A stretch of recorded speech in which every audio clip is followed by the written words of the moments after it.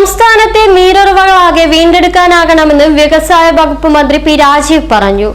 അഞ്ചരക്കണ്ടി ഗ്രാമപഞ്ചായത്ത് 7ാം വാർഡിൽ block panchayat fund ഉപയോഗിച്ച് നിർമ്മിച്ച മാച്ചിറക്കുളം ഉദ്ഘാടനം ചെയ്ത് സംസാരിക്കുകയായിരുന്നു മന്ത്രി.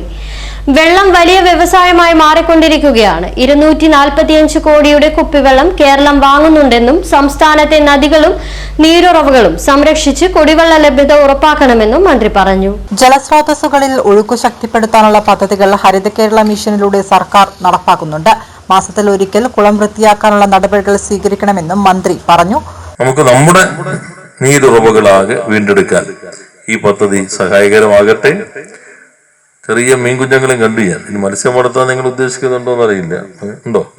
ഇല്ല. അപ്പോൾ നല്ല രീതിയിൽ ഇത് തുടക്കെല്ലാം നന്നായിരിക്കും. കുറെ കഴിയുമ്പോൾ പിന്നെ വായിൽ കിട്ടി ചീത്തയായി പോകാൻ പാടില്ല.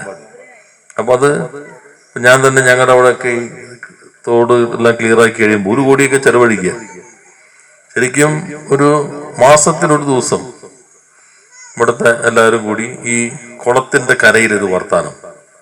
ഇപ്പൊ സ്റ്റേജ് മൈക്കൊന്നും വേണ്ട, അങ്ങനെ വർത്താനം പറഞ്ഞിട്ട് വല്ല പായലോ ഇതൊക്കെ ഉണ്ടെങ്കിൽ അങ്ങ് എടുത്ത് കളയും ചെയ്യാം. അപ്പൊ പിന്നെ ഫണ്ട് മാറ്റി വയ്ക്കണ്ട, നല്ല വൃത്തിയായിട്ട് എന്നും കുളം കിട്ടും.